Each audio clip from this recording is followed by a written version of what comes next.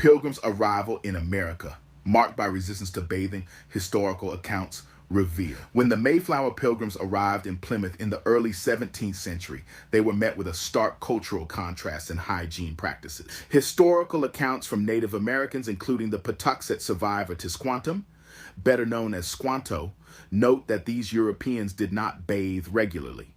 Despite Squanto's attempts to encourage them to adopt more frequent washing habits, the Pilgrims resisted.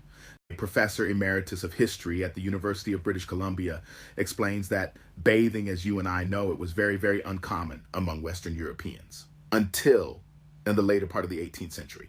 This aversion to bathing transcended social classes, with even Louis XIV, the 17th century king of France, reportedly taking only 3 baths in his lifetime.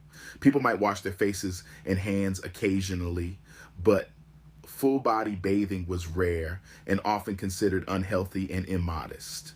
In the 17th century, the concept of cleanliness in Western Europe was not linked to water. Instead, colonists maintained hygiene by regularly changing their linen undergarments, which they believed absorbed the body's impurities. These white linens, visible around the collar, signaled the wearer's cleanliness and moral purity. The cleaner and whiter the linens, the cleaner the person. Bathhouses existed in the colonies, but their use was primarily medicinal or recreational for the wealthy.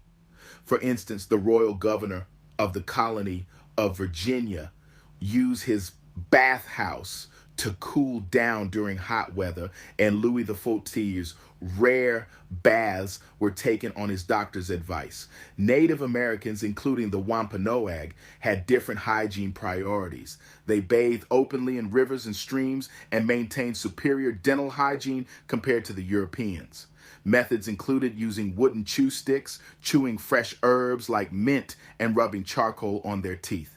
In contrast, Europeans often did not brush their teeth and had diets detrimental to oral health.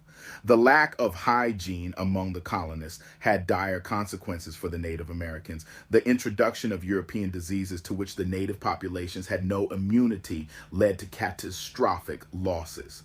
Historians estimate that more than 90% of the native people in coastal New England died from European diseases before the Pilgrims' arrival in 1620, with millions more affected in the following decades.